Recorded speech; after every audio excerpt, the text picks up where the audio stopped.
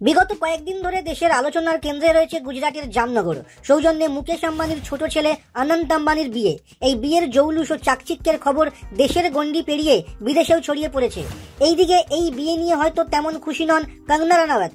এবার নাম না করে আম্বানিদের বিয়ের অনুষ্ঠানকে কটাক্ষ করলেন কঙ্গনা। মঙ্গলবার সোশ্যাল মিডিয়ায় একটি পোস্ট করেছেন তিনি। ইনস্টাগ্রাম স্টোরিতে একটি দীর্ঘ লেখা লিখেছেন।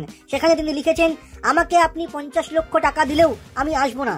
গান গাইতে নারাজ ছিলেন লতা।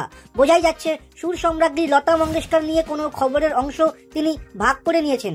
এরই সঙ্গে নিজেকে লতা মঙ্গেশকরের সঙ্গে তুলনাও করেছেন কঙ্গনা।